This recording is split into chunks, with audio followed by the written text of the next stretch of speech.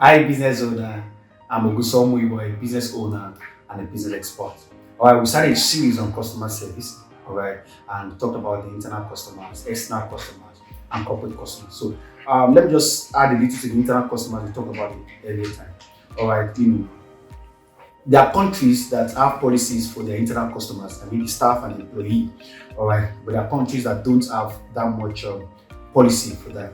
So, but either which way, let's treat our staff and employee well. Let's treat them well, all right. Let them always drive joy from coming around to work every day, all right. If you charge for lateness, pay for overtime, and let them know their job description. Don't just be adding and comparing to their work. You are the admin, you are the secretary, you are the this. It's not very good, all right. Because when you wear them down, the next day they are coming to work. They are coming with a lot of, a lot of baggages, and they'll be able to give their best in work that same day. So it's very, very important. Keep that in mind. Now we move to external customers.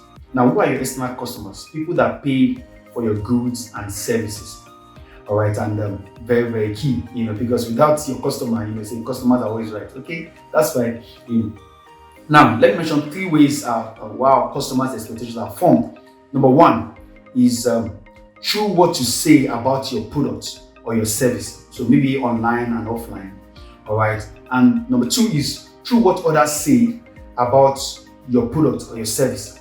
Okay, and number 3 is what they feel, about your product and service. So it's very important that we know how to manage, because everything about customer service, okay, is about meeting, managing, and exceeding customers' expectation. So when you do that, you actually, the progress of meeting your customers' needs. All right. So I will quickly go back to the survey I made earlier time that out of the 4 options I gave about good product and service, customer service, and those 4 points, 70% of the people that responded mentioned that customer service is the in thing for them. That's what they remember most about a good or a product or a company or an organization. All right. And number 2, the second was about the environment and the ambience. And the last 2 about the good product and service and the affordability were not that welcoming. Now, how do you manage your customers' expectation? Now that you know how the expectations are formed, number 1, let there be a clear communication with them. Let them understand what you're saying. And communication is not total, it's not complete without your receiver understanding what you're communicating. Okay, so in your terms and your conditions, okay, let it very clear to them.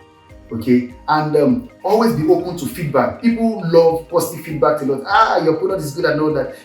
That is good. Okay, but don't just be focused about the positive feedback. Even people that give you negative feedback, these are people you should even embrace more. Why? Because their criticisms will help you become a better person or improve or innovate on your product.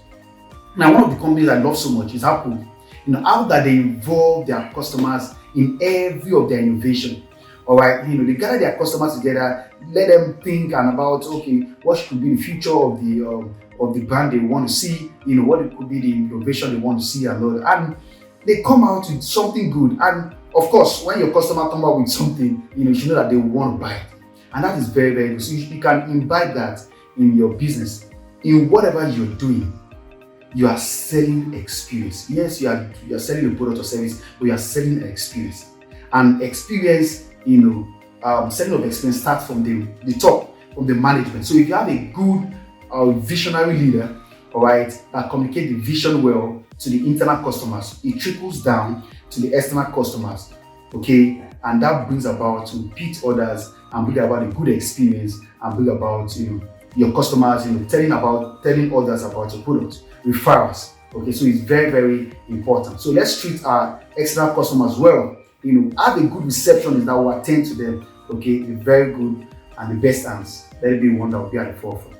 All right, thank you for joining today. All right, please do like, share, and subscribe. Thank you.